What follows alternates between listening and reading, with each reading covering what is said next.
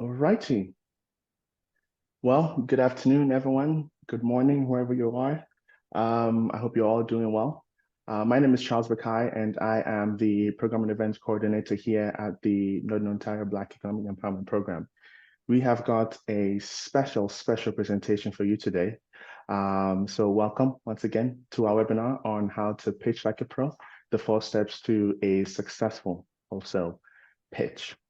Before I proceed, I just want to acknowledge that I am broadcasting here as host from the traditional lands of the Atitamaskeng and Anishinaabe, which is a Whitefish First Nation right here in the Sudbury area.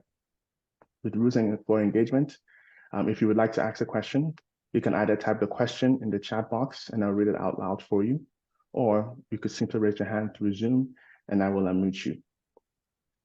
A copy of this recording will be available on our YouTube channel, No Beep, and on our website at nobeep.ca shortly after the end of the webinar.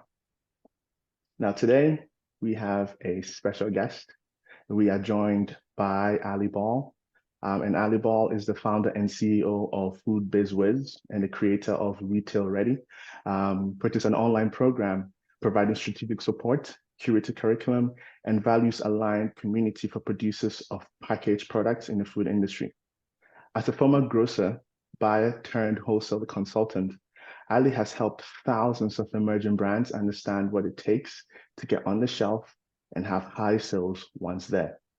You can find her at alliball.com or weekly on her Food Biz Wiz award-winning weekly podcast. Without further ado, Alli, do us the honor and proceed.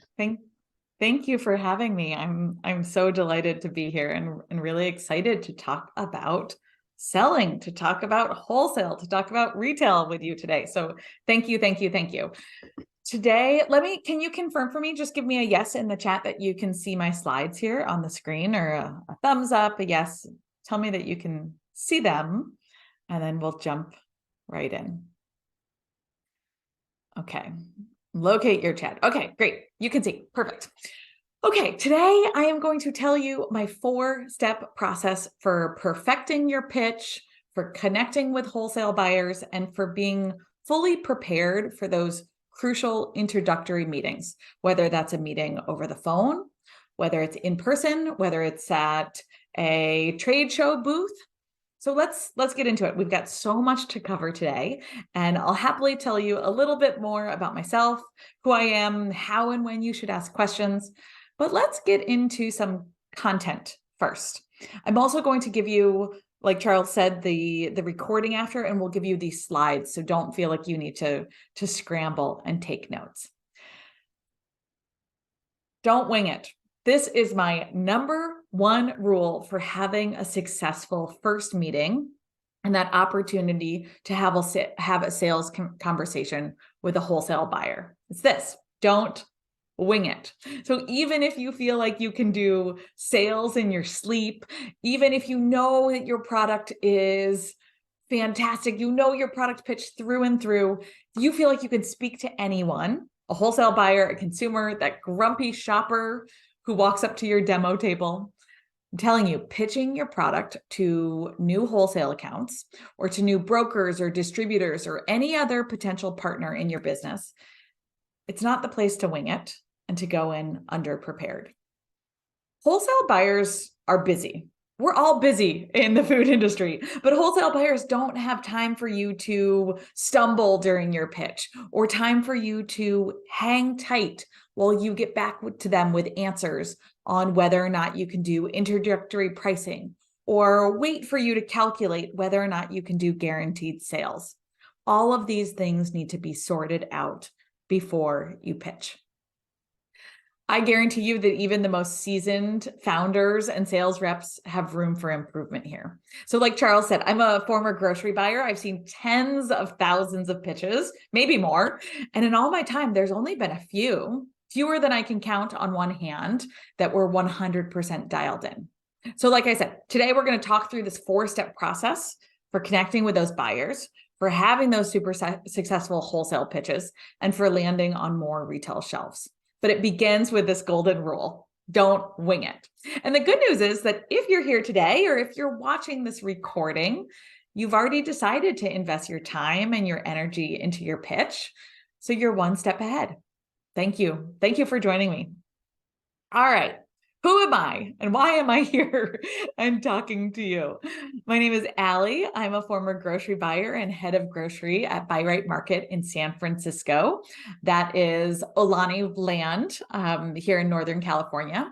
And I have turned into a wholesale consultant. I'm the creator of Retail Ready, which I've run for the past 6 years. We've helped about 2,000 brands, food and beverage brands inside that program with wholesale strategy. So it's a topic that I love talking about all day, every day. So I left Bi-Rite about 9 years ago to start my consulting business, coaching brands on wholesale strategy.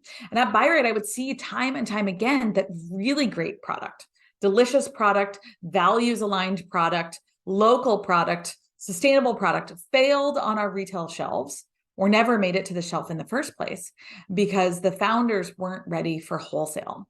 And I was determined that I could play a part in peeling back this curtain and sharing these wholesale insights, these secrets, if you will, with emerging brands. And that's why I launched Retail Ready. Okay, let's talk about this framework. But before I do, I want to talk about the format for today. I'm going to share these 4 steps. And while I'm sharing, we've got a small group here. So I love having a back and forth rather than my just talking at you for an hour. So if you have questions as we go, please put them in the chat box. I would love to make sure that you are getting the most that you can out of our time together. This is casual. I want it to be casual and make sure that you guys are getting a lot out of today.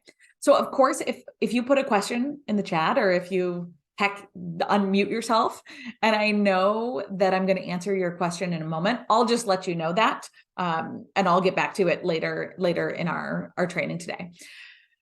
We'll also have some time for Q&A at the end. And then finally, one other ask of you before we get into these 4 steps.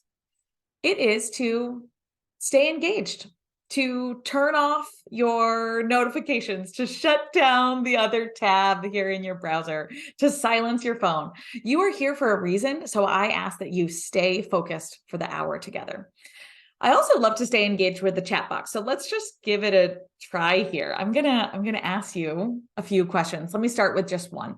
So tell me in the chat box, on a scale of 1 to 4, tell me what level your confidence on connecting with wholesale buyers and having those sales conversations is. So 1 is, I have a lot to learn. That's why I'm here today. Give me all your tips, Alli. And 4 is, I get a response every time, Alli, move over, give me the mic. I can take it from here. Okay, great. So we've got 1s in the chat. 1, 1, 1, 1. Great. Usually we get a range here. So, and I love it when I've got 1s. It means that we can really, gosh, by the end of this hour, you're going to feel more confident. And that's my hope for you. And that'll be a win. Okay, so let's review these 4 steps and let's get going here. 4 steps to a successful buyer pitch. And actually, as we're a smaller group, tell me, it would be great if you're comfortable with it, tell me in the chat the name of your business and what you sell. That can help me just like have a little bit of context for this training, since we all are a smaller group. So if you feel like sharing that in the chat, go ahead and do that. Name of your business, what you sell, anything else you want to tell me. Okay, so here are our steps. Step number 1 is prepare. This seems obvious, but most people skip this step.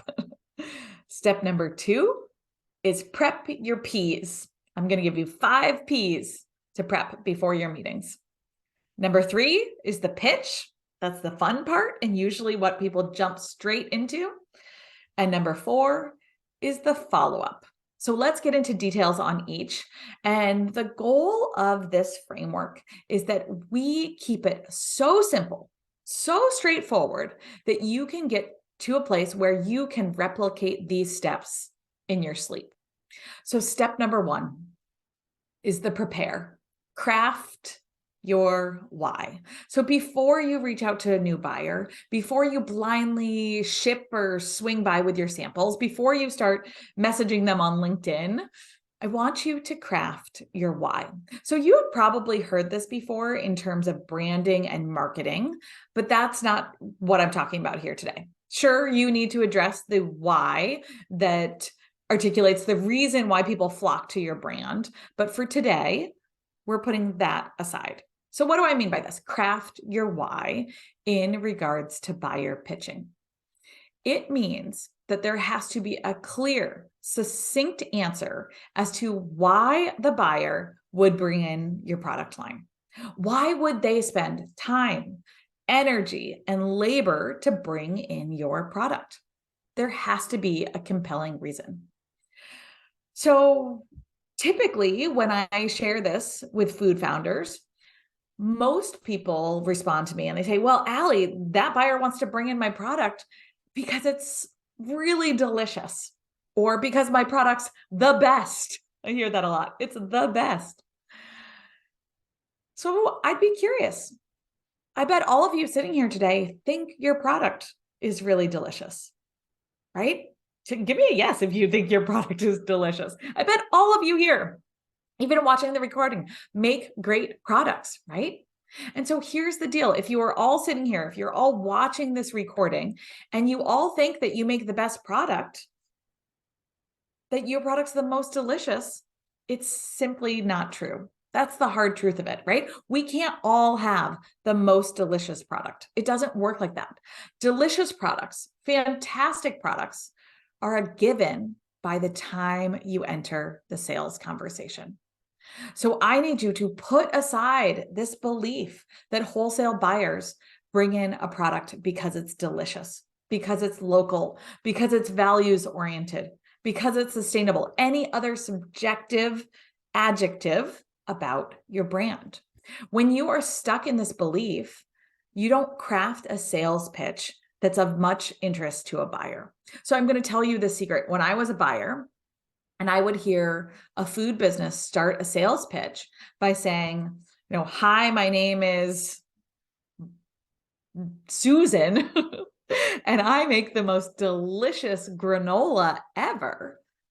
I would roll my eyes and I would think, yeah, you and everybody else who's pitched me today. So let's talk about the real reason why buyers bring in new products. Buyers purchase products to enhance sales in a particular category in their store.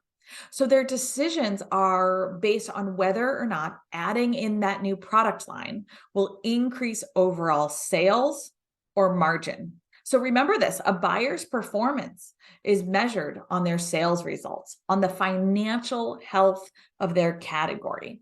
So if your product doesn't increase total sales or margins or some other financial objective in your category, it's not worth it for the buyer to spend all that time to bring in your product. It can't just be a one-for-one swap here. So say, for example, that your cold brew coffee just takes away from Chameleon cold brew coffee, right? That's a big brand here in the States. Takes away from Chameleon cold brew coffee, but shoppers aren't buying more iced coffee in total. It's officially not worth it for that buyer to add in your product line. So in short, if your product doesn't help the buyer meet their goals, it's not worth it for them to take the time and the energy to bring in your product. So sure, all of those attributes, delicious, local, sustainable, women-owned, BIPOC-owned, all of those things are icing on the cake after you help that buyer meet their financial goals.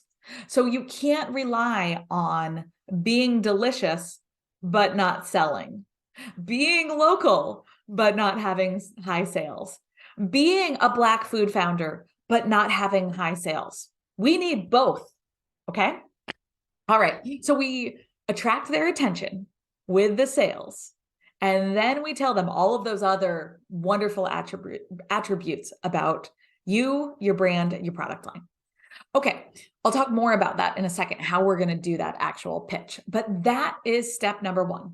articulating why, being able to articulate why a buyer would bring in your product in the first place and how your brand is going to help them achieve their financial goals. So we literally have our Retail Ready students bullet point this out. What does your brand bring to the table that helps that buyer gain higher sales or margin? And how can you convey this to them? So once you have this dialed in, you are on your way to being able to communicate, to have those sales conversations with that buyer. Again, until you're super clear on this, just pause because, and again, here's a little bit of tough love.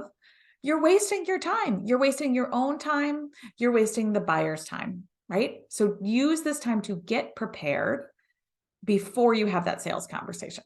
Okay, so now you're ready for step number 2. But let me know, just let me know in the comments how this lands with you. I know we had ones at the beginning of this. So let me know, give me like a yes if this is helping you shift your thinking about the reason why a buyer would bring in your product line in the first place. We're moving away from those subjective attributes. We're moving away from taste and deliciousness, and we're moving towards the sales and financial conversation first. Okay. Dan says yes. Great. All right. So yes. Okay, great. Step number 2. You guys ready for this? Step number 2 is yes for me. Okay, great. Olawale, you're going to have to tell me if I'm saying that. Olawale, tell me if I'm saying that correctly. Okay. Prep your peas. Again, I can't say this enough, right? Correct. Okay, great. Thank you for verifying. Okay, I can't say this enough. You've got one chance to make a positive impression on a wholesale buyer. So whether that's on the phone or in person at a sales meeting or at a trade show or over a Zoom or at a networking event, you've got one time to make a first impression. So from that very first interaction with a buyer, you want that buyer to trust you, to trust that not only you're going to help them achieve their buyer goals, but that you're going to be easygoing, low maintenance vendor who delivers upon your promises, who's a breeze to work with, and who is a surefire win for your category. So how do you get that buyer to trust you? It's pretty straightforward. You prep your peas.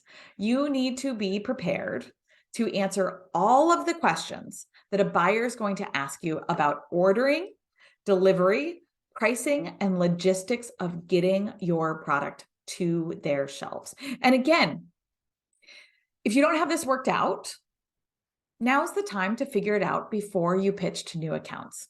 Again, remember the golden rule of don't wing it here. So if you're looking to land on more shelves this year, this is where I want you to focus your energy first.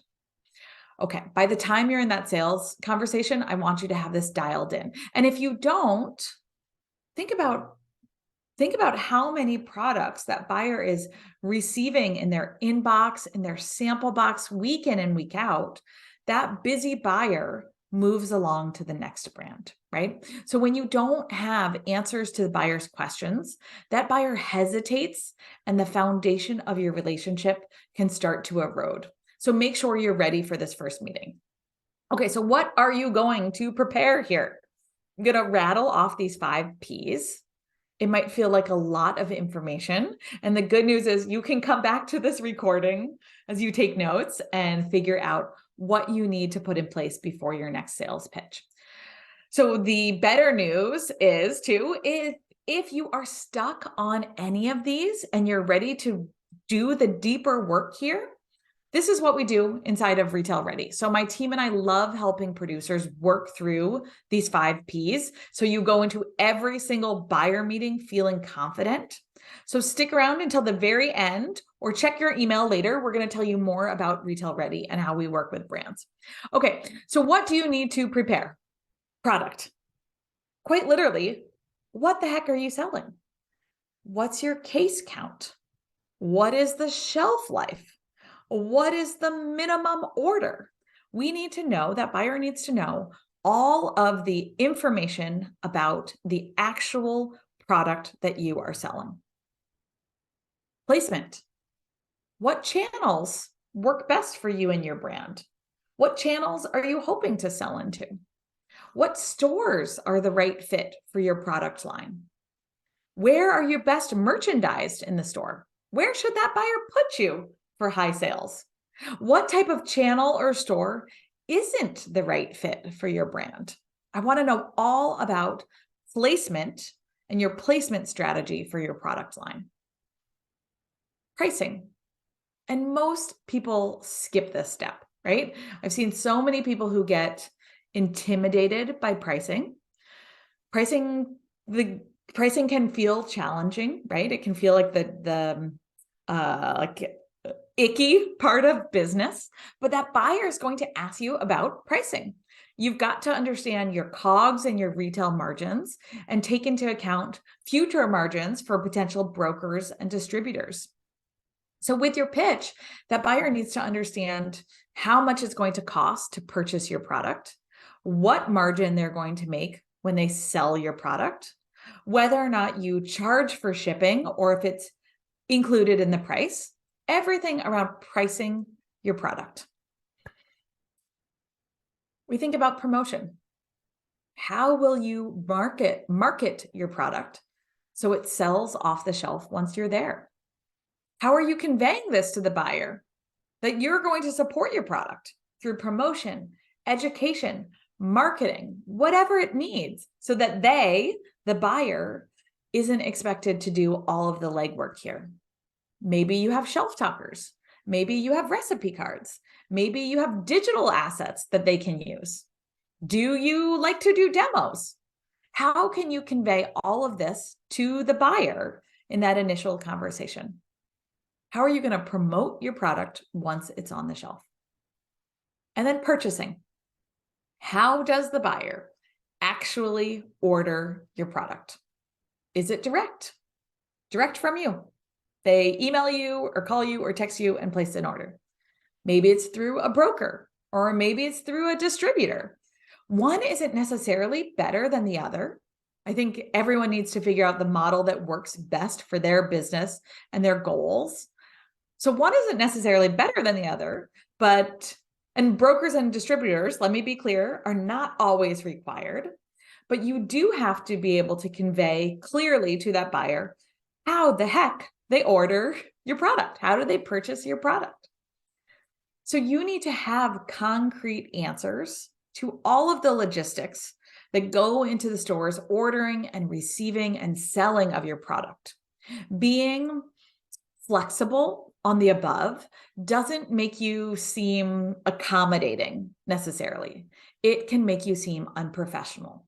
So there's certainly room to negotiate with the buyer on all of these things, but you need to come to the table with answers first, and that can open the door to negotiation. Let me know here. Actually, I am curious.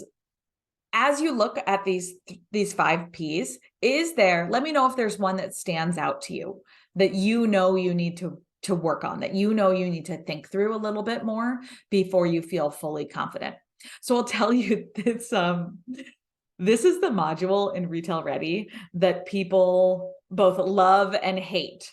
They love it because it's so clear what they need to prepare, but they hate it because truthfully, it's a lot of work. You might have heard this list and be like, oh, shoot, Alli, like you're telling me that I have to do all of this work before I'm even ready to talk to the buyer. And yeah, the answer is yes, you do. And wouldn't you rather know now than get in that conversation with a buyer and feel underprepared, to feel not confident in your pitch, right? It is a lot of legwork up front, but you've probably already done a lot of legwork in your business as well. Okay, Dan says the last 4 Ps. Yeah, so Dan, you're feeling confident about your product and need to dial in those last 4 Ps. Great. And Jenny is purchasing and promotion. Yeah, great. With purchasing, I said this, but I really want to emphasize that there's no wrong answers in purchasing. It is totally up to you on broker, distributor, direct. It really goes back to what's best for your brand. So whatever that is, it's just having that conversation with the buyer. Okay, great. And then promotion. Yeah, promotion's a good one too. I like thinking about that, right? Like once you get on the shelf, there's still more work to be done. Okay, so you have prepped your peas, right? Let's say you have pressed pause on this recording. You're going to go off. You're going to fully prep those peas and you are feeling confident. What happens next? We get to step number 3. The pitch. The one chance pitch. Again, I'm going to say it again. We've got some new people on this training. You've got one chance to make a positive impression on a buyer. Like I said, we want them to trust you, to trust that you're going to help them achieve their goals. How do you get a hold of the buyer for that pitch? It's straightforward. You're going to call the store or call the corporate office. It can be that straightforward. You pick up the phone, you ask to speak with a buyer in your category, and that could be it. And then in a clear, succinct way, you introduce yourself, your brand, and why your product is going to bring high sales to your category in their store. You then ask if you can give them samples and more information, and that's it. It could literally be a 4-sentence phone conversation. I've got an example that I want to show you on the next slide. It's a fake pitch that I have made up for a fake company, and I'm going to walk through it and show you what this conversation might sound like. Okay, I'll read it out and imagine I'm on the phone here. Hi, my name's Alli, and I'm the founder of Up the Ante. Do you have 60 seconds to talk? Right? I always wait and get a yes, right? We don't turn into robots here. So do you have 60 seconds to talk? That person says, yes, I do. Okay. We make the first ever farm direct protein bar made with ants. As I'm sure you've seen, alternative proteins and insect-based snacks are a trending category, up 23% from last year in specialty grocery stores like yours. I'd love to swing by next week with a sample. How does Wednesday at 1 p.m. work for you? Okay, what worked here? I'm actually interested. What stood out for you? You can put it in the comments. I've got some things that I want to highlight on the next slide, but I'm super curious. As you heard me reading this script, what stood out for you? Why did this work for a pitch?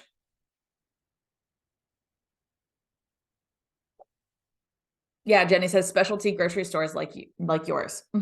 I made that connection, right? I personalized it. I think it was pretty short. That's one of the things. That was quick. That was a quick little pitch. I wasn't rambling. I wasn't going on and on. I wasn't, really putting a hard sell on there. Yeah, Jenny says the Wednesday at 1 p.m. I was really clear on asking for what I wanted to happen next. I was specific in the time and date that I wanted to come by. Olawale says, for me, there's a lot packed into the second paragraph and it's still succinct. Yeah, here, let me, I completely agree with you. And that's intentional, right? It took me a while to craft this pitch. I didn't, I didn't just improv this right here.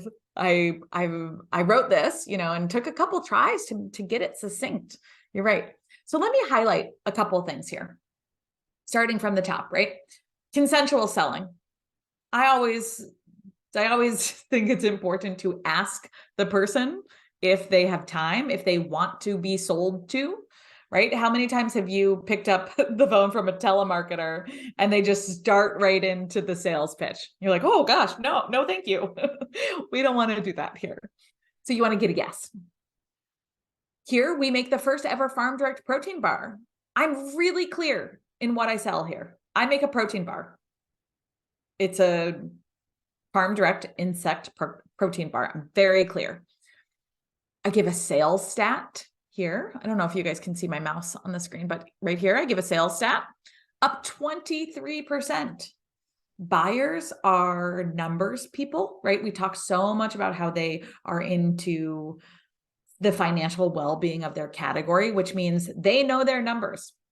Give that buyer a number and they will love you. Like Jenny said, I made it personal, saying in grocery stores like yours, it shows I've done a little bit of research. I know who I'm talking to.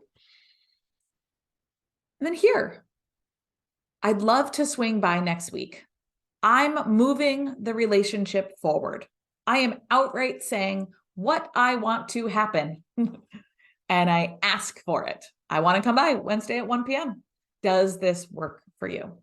We want to make sure that in every interaction with the buyer, you are taking responsibility for moving the relationship forward. One of the mistakes that I often see here, we do a lot of practice of pitches inside of Retail Ready. And one of the mistakes that I often see is founders say something like, really great pitch, blah, blah, blah, blah. I'd love to sell in your store. Thank you so much for your time and have a great day. Bye-bye. without, I see Charles shaking his head. He's like, oh, no, no, right. I'm all about being nice at the end. Thank you so much for your time. Have a great day. Like, take care. But we want to move the relationship forward with every single interaction. And I invite you to do that by simply stating what you want to happen next. I don't know if you guys can hear, there's a very barky dog right outside of my window. So I apologize if you guys are hearing some barking in the background. Okay. How are you feeling about this pitch? Was it helpful to see the breakdown like this? Give me a yes. Just tell me if this is landing with you. And if this is helping you think about how to craft your pitch in a way that is succinct and moves that relationship forward. Okay, great. Yes. I guess it would be weird if someone was like, no, this was not helpful, Alli. Okay, thank you guys for the validation. All right, so let's recap here. Part 3, step 3 in this system is to get that buyer to say yes to accepting your samples and yes to receiving more information about your brand. So remember, like in this clear, succinct way, you introduce yourself. I can actually show you this again. You introduce yourself, you introduce your brand, you give them some sort of reason why your product is going to bring high sales to your category. You ask if you can ship or drop off or hand over samples, and it can be as simple as that. Okay, great. So finally, you've made contact. You've arranged a time that you can drop off or ship your samples. Or if you're in person, you've piqued that buyer's interest. And what happens next? What happens next? You recap everything by email. We want it in writing. You remember to get that buyer's email address when you were talking to them, right? So you recap your selling points. You attach your price list and your sell sheet to that email, and you send it away. If you have an in-person appointment, you show up professionally and on time, obviously. You hand off your samples, your sell sheet, your price list. Again, you tell them one sentence on why you're a good fit for their store, and then you go home and you recap it all via email. That's it. And again, if you're on the trade show floor, same thing goes here. You've already showed your professionalism with your trade show booth. So again, hand off your sample, hand off your sell sheet, hand off your price list, tell them why you're a good fit, and you go home and you recap it all via email, right? You can see we follow the same steps, no matter whether you're connecting phone, in-person, trade show, same steps. Pitch followed by email. So from here, your sell sheet, getting ahead of myself. Your sell sheet does the talking for you. So if you don't have a professional looking, feeling sell sheet, this is another thing that I want you to focus on. Your sell sheet is the face of your brand. It needs to be as thoughtful as your packaging is. Sell sheet is simply a double-sided, fully colored PDF that includes all of the information that a buyer needs to know about ordering and receiving your product. If you go through those 5 Ps that we presented earlier, and you have the information from those 5 Ps on your sell sheet in a beautifully laid out, eye-catching photography sort of way, you're going to be great with your sell sheet here. Okay, so again, you're on the phone. You agree to give them samples. You send a follow-up email. You attach your price list, your sell sheet. If you are lucky and you get a few more minutes of FaceTime with that buyer, or maybe you're in person at a trade show, like we said, you are now, hopefully, you will be prepared to answer all the questions that the buyer is going to ask you about getting your product. And this is why you want to have worked through those 5 Ps so that you are fully prepared to answer the buyer's questions at this point. So once you do pitch succinctly, professionally, thoughtfully, you're ready for step number 4.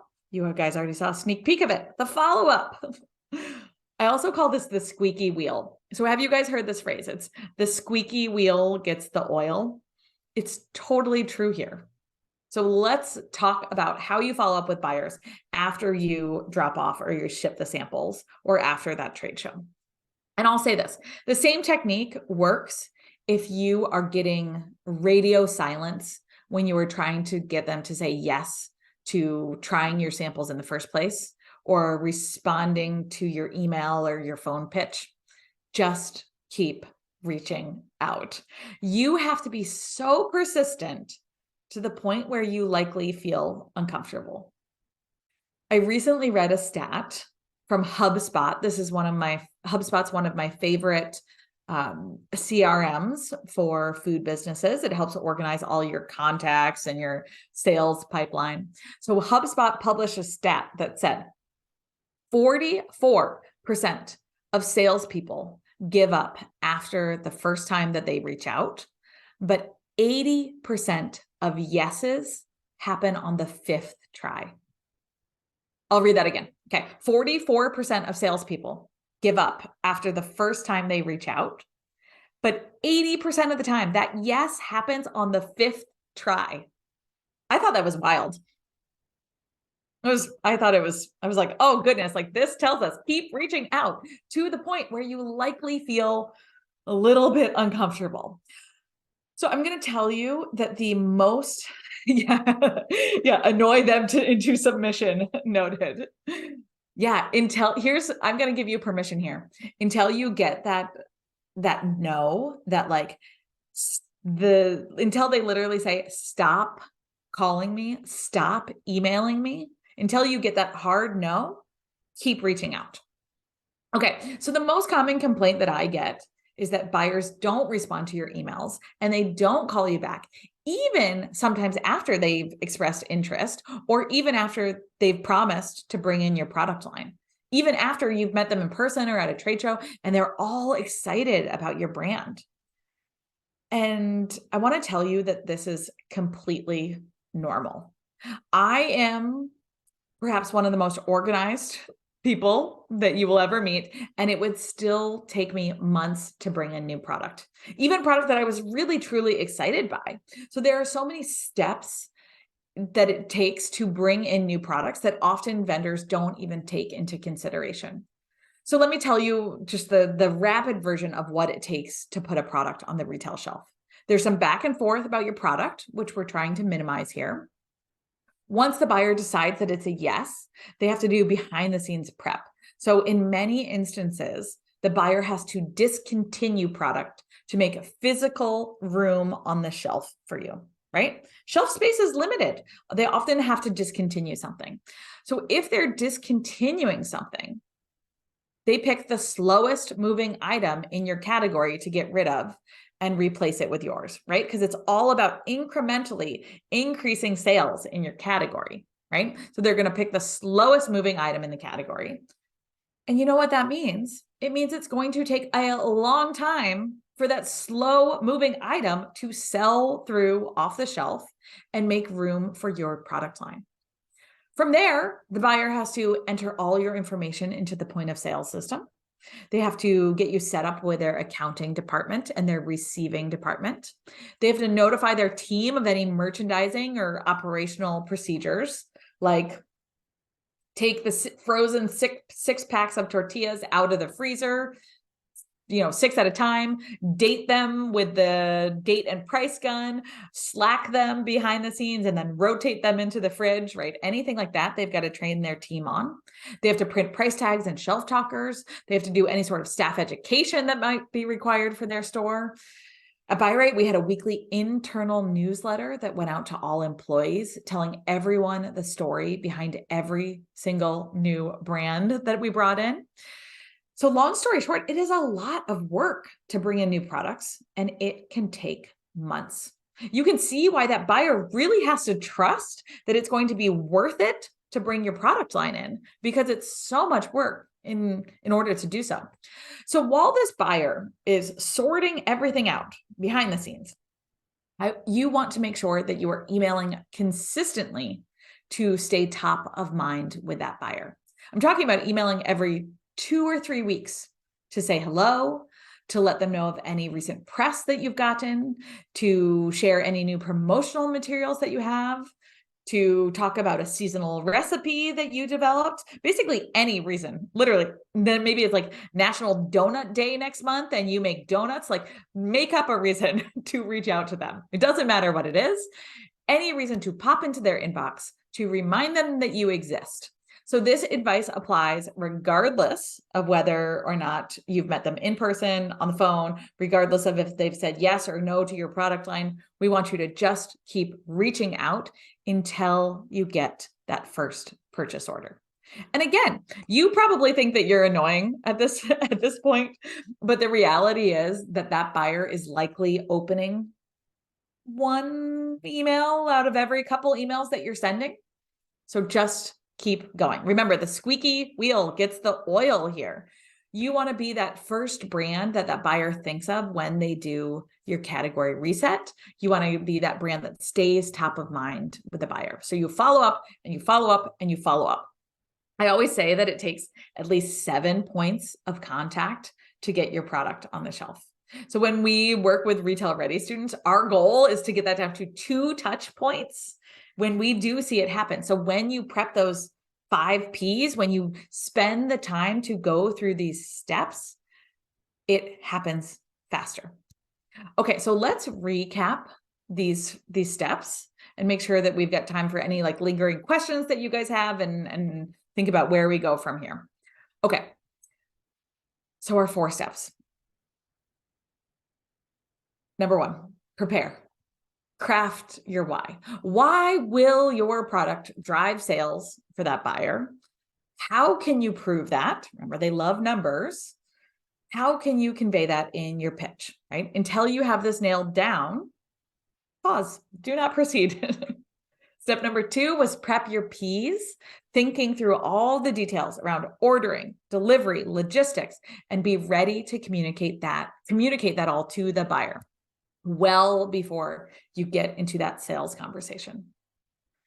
Step number 3 was the pitch, the one chance pitch. You've got one chance to come across as prepared and trustworthy. And step number 4 was the squeaky wheel, the follow-up.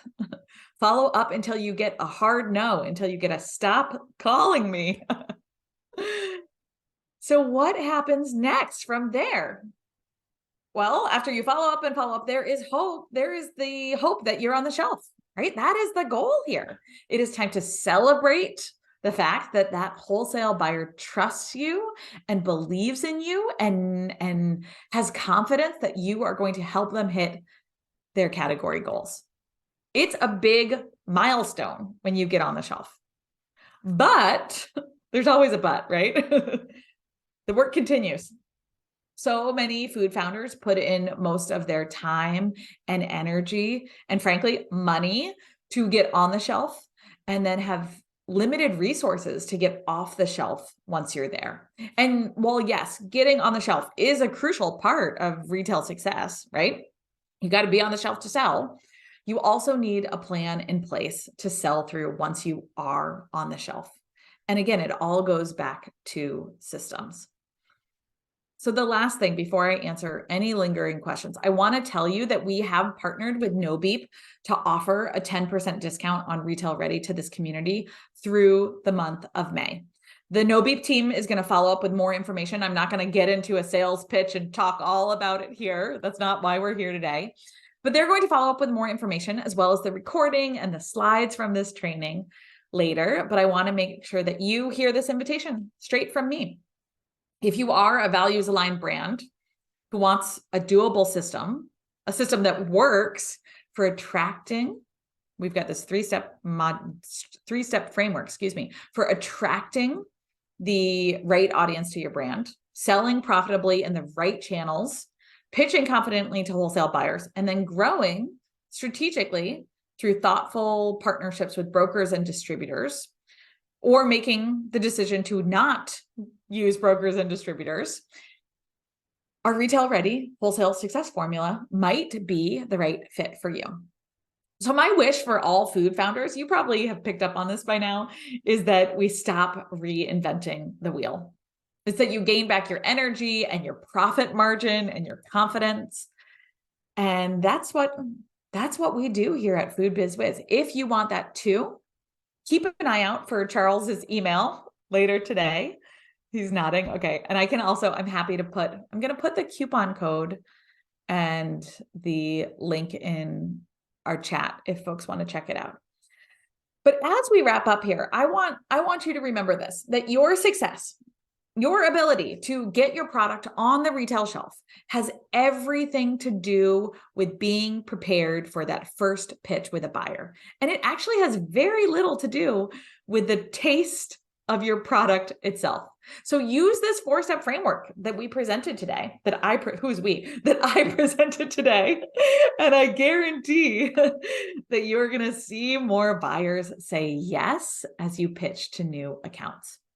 And if you need help with this, let's continue this conversation. Like I said, we're enrolling in Retail Ready. We're giving that no beep discount through May.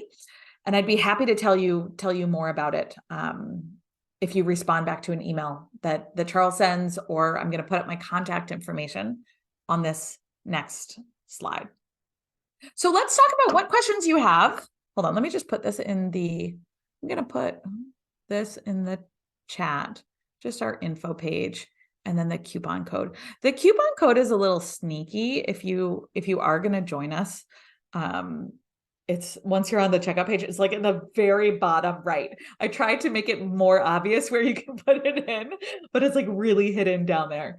But let me know. We've got 10 minutes left. I'm happy to answer any questions about retail. We can talk about sales pitches. We can talk about products. We can talk about brokers, distributors, marketing strategies. You name it. I am here for you if you have any questions about retail or sales success. Happy to give you a couple minutes to ask questions if you have them, or questions on our 4-step framework. How the heck do you get in touch with grocery buyers? How do you find them? Any questions like that? Let me know in the chat if you have any. I should have prepared some FAQs. I feel like I get the same ones all the time. Well, thank you. So go ahead, you finish. I was going to say the number one question that I do get is, how do you get the buyer's contact information? Right. Like, what is the magical list of buyers that I can just go down and look up? And I'll tell you this, sadly, there is no magical list. It is good old internet sleuthing, Googling. It is time consuming. There's no shortcut. And then it's picking up the phone and calling those retail accounts. Yeah, Jenny's got a good question too. Charles, is it okay if I answer Jenny's question absolutely. Absolutely. Okay, great. Jenny says, what are the top 3 things to stay away from saying when doing the follow-up? Oh, that's a good question. I don't know if anyone's asked me that before, Jenny. Okay, what would I not do when following up? I can tell you what I would do. Let me start there, Jenny. One of the things that I love to do is offer a time-sensitive incentive for that buyer to purchase. So let's say you were going to pitch me today, right? I'm the store owner, category manager, and you're pitching me, Jenny. I would have you end your pitch with, we are doing a promotion for the month of May.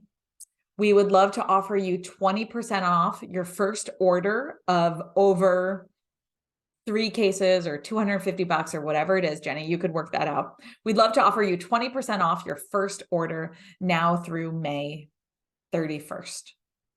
Right. And so I love like lighting a fire under that buyer's butt to try to get them to like move a little faster, give them a time incentive, a time-bound incentive.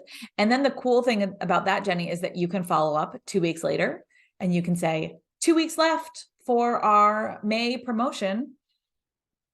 Again, or if you order by May 31st, you get 20% off all orders over $250. And then you can follow up the last week of May, right? It gives you that reason to have the follow-up. So I always love thinking about a time-sensitive promotion. So maybe that's a don't, right? Like don't be wishy-washy on why they should follow up. Second don't, Jenny, I like this. No one asked me my don'ts. Okay. I don't like it when a brand requires the buyer to use a separate wholesale ordering system, right? Like create a name and password and log into my system, and then you can place your orders through that. Or even like filling out a Google form to place an order. I know it's really convenient for you guys on the other side where you can get your order in like a very streamlined way. It populates to a spreadsheet. In theory, wonderful. That buyer is running around. They've got, 1,000 other brands that they're working with. They want to be able to shoot you a quick email from their phone, or they want to text you, or they want to leave a voice message for placing that order. So I always shy away from requiring that buyer to use a specific ordering system. I think that's my other don't. I think that's it. Jenny, let me think about if there are other don'ts that come up. I'm going to answer Dan's questions. Do you help with negotiations, delivery from factory, warranties, margin splits? Yeah. So I think, Dan, you're probably asking about in Retail Ready. Do we do this? Yeah. So we've got 3 folks on our team who focus on Retail Ready. And one of them, his name's Charlie Birkinshaw. He's a beverage founder, and he actually owns a bar and spirits tasting room in Washington, D.C. He lives in Virginia. And he has seen it all in terms of co-packers, brokers, distributors, anything on that product side. He'll tell this story, in full transparency. So I don't mind sharing it, but he almost was bankrupt because of his a bad deal with a distributor. They tried to sue him for like $40,000. I mean, it was a whole big thing in his business. And so he had that experience years ago. I mean, luckily he's still running his business, happily still doing Element Shrub and the bar and stuff, but he really had that experience and now takes it as a call to share what not to do and how not to get into these situations where you're on the verge of bankruptcy or on the verge of, I don't know if you've ever experienced this, Dan, of getting an invoice back from your distributor that's actually more money than they're paying you, right? Getting chargebacks and all of these, fines and add-ons that mean that you are actually paying the distributor more than they're paying you. That used to happen to Charlie too often than he can count. So he's on a mission to help food founders stay away from that.